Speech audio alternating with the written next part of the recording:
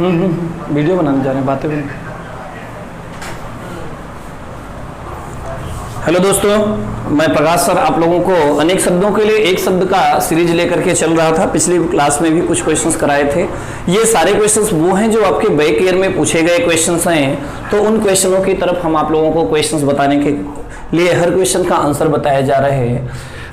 जो गिना न जा सके, जिसे हम गिन न सके, तो अगणित होता है या अगणित, जिसकी गणित न किया जा सके, जिसे हम कह देते हैं अनगिनत, तो उसे अगणित बोला जाता है शब्द। बेटा यहाँ पे आपको समझते चलना है, आपके हर क्वेश्चंस के लिए, हर एग्जाम के लिए ये क्वेश्चंस ले दिया जाएगा। तो इस तरीके से क्वेश्चंस आपको मिलते हैं। आगे जिसका ज्ञान इंद्रियों द्वारा न हो। बेटा इंद्रियों के द्वारा हमारे 5 इंद्रियां हैं, आंख, नाक, मुंह, जीभ और स्पर्श, जहां से हम करते हैं। तो ये आपके लिए दिए गए हैं। जिससे इनका ज्ञान न हो उसे हम क्या कहते हैं। ये मोस्ट इंपॉर्टेंट क्वेश्चन से आपके कई एग्जामों में पूछा गया है। तो आपको ये चीजें दिमाग में रखना है कि अगर इंद्रियों से ज्ञान न हो तो निश्चित रूप से वो क्या होगा, अगोचर। क्या होगा, अगोचर। तुम हो एक अगोचर सबके प्राणपति, मतलब हम आपको इंद्रियों से नहीं जान सकते हैं। भगवान विष्णु के लिए आप लोग आरती में हमेशा कहते हो, है ना, ओम जय जगदीश हरे वाले में। ठीक, अब देखिए ध्यान से, जो छुआ न गया हो, जिसे हम छू ही न पाए हो, या कोई भी चीज हो, किताब है, कोई चीज, कोई भी वस्तु है जिसे छुआ ही न गया हो, तो उसे हम क्या कहते हैं, अछूता कहते हैं। क्या कहते हैं, अछूता। है, ध्यान रखें, अछूता दिया गया है। ठीक, अब जिसका कभी जन्म न हो, मतलब जिसका कभी जन्म ही न हो, तो उसे बोला जाता है अजन्मा। जैसे भगवान के लिए कहा जाता है वो जन्म नहीं लेते हैं, प्रकट होते हैं। तभी भय प्रकट कृपाला दीन दयाला होता है, न कि जन्म लेने की बात की जाती है। ठीक है बेटा, सीमा का अनुचित उल्लंघन, जैसे एक निश्चित सीमा बना दिया जाए। अभी चीन ने किया था, आप लोगों ने गलवान घाटी के बारे में तो पढ़ाई होगा और देखा भी होगा न्यूज में। तो उसने क्या किया था, उल्लंघन किया सीमा का और अपने यहाँ घुसने की कोशिश की। तो इस सीमा के उल्लंघन को क्या बोला जाता है, ये आपसे पूछा गया है। जल्दी बताएं बेटा कि इसे क्या बोला जाता है। बेटा अगर हम कहीं पर भी जबरदस्ती, अच्छा आप लोग देखिए कानपुर में रहते हो, तो कानपुर में कई बार पुलिस आती है, तो जो सड़क के किनारे दुकानें लगी रहती हैं तो उसे हटवाती है, तो कहते हैं अतिक्रमण हटाया जा रहा है, तो उसे अतिक्रमण बोला जाता है। क्या बोला जाता है, अतिक्रमण। तो वही चीज ये है कि सीमा का अनुचित उल्लंघन, अगर सीमा का आप अनुचित उल्लंघन करोगे, दूसरे स्थान पर जाओगे, तो उसे क्या बोला जाएगा, अतिक्रमण बोला जाता है। ठीक है बेटा, जिसके जोड़ या बराबरी का दूसरा न हो, मतलब जिसकी तुलना न की जा सके भी शब्द हो सकता है, तो होता है अतुलनीय। ठीक बेटा, ये सारे क्वेश्चंस इंपॉर्टेंट है, देखते जाएं बेटा।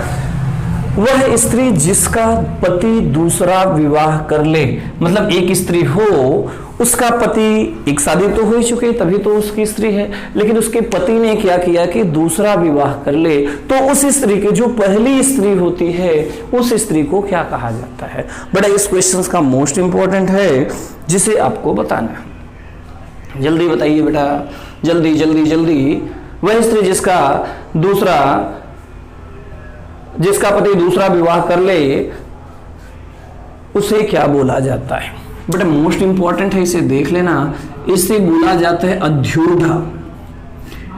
अध्यूढ़ा बोला जाता है, तो इसे नोट कर लेना, आपके लिए मोस्ट इंपॉर्टेंट। हमें निश्चित रूप से पता है कि आप लोगों में से किसी बच्चे को 2-4 में से एक को भले पता हो, बाकी किसी 90% बच्चों को ये क्वेश्चन का आंसर नहीं पता हो, तो उसे कर लें। जिस बच्चे के माता पिता न हो, मतलब उनके मृत्यु हो चुके, तो उसे बोला जाता है अनाथ। जिसके नाथ न हो, मम्मी पापा होंगे तो उनके नाथ होंगे, सुरक्षा करने वाला होगा, इसे बोला जाता है अनाथ। ठीक, आगे क्वेश्चन में ले, जो रुका हुआ न हो, जिसे कभी रोका ही नहीं गया, मतलब हमेशा चलता रहता हो, इससे हम क्या कहते हैं कि जो कभी रुका हुआ न हो। बेटा जब इस तरीके के क्वेश्चंस मिलते हैं, जो छुआ न गया हो, जो कभी रुका न गया हो, इस तरीके के क्वेश्चंस निश्चित रूप से आपके लिए इंपॉर्टेंट होते हैं। जिसको आपको करना होता है। इस क्वेश्चंस को हम आपको क्या करते हैं कि HW के लिए देते हैं, होमवर्क के लिए देते हैं। आप लोग कमेंट करिएगा और बताइएगा कि इस क्वेश्चन का आंसर क्या होगा जो कभी रुका हुआ न। ठीक, आगे देखिए ध्यान से, जिसे पढ़ा न जा सके तो इसे क्या बोला जाता है? अपठनीय, अपठनीय, जिसे पढ़ा न जा सके। ठीक, बिगड़ा हुआ शब्द, बेटा हिंदी में इस शब्द का बड़ा प्रयोग होता है कि जो सही शब्द, जैसे आप लोग क्या करते हैं कि कुछ लोग अगर देखिए सुबह सुबह दुधिया जो दूध लेकर के लखनऊ की तरफ जाते हैं, उनसे पूछो कहाँ जा रहे हो, तो लखनऊ के बजाय नखलऊ कहते हैं। क्या कहते हैं? नखलऊ। तो वो शब्द अपभ्रंश होता है। जब शब्द सही हो, वो बिगड़ जाए तो उसे क्या बोला जाता है? अपभ्रंश। ठीक बेटा, आगे क्वेश्चंस में मिला जिसकी नाप तोल न हो सके, मतलब जिसकी परिमिति न निकाली जा सके, इसे बोला जाता है अपरिमेय। बेटा ये मोस्ट इंपॉर्टेंट क्वेश्चंस हैं जो किसी ना किसी एग्जाम में आपके जरूर पूछे गए हैं।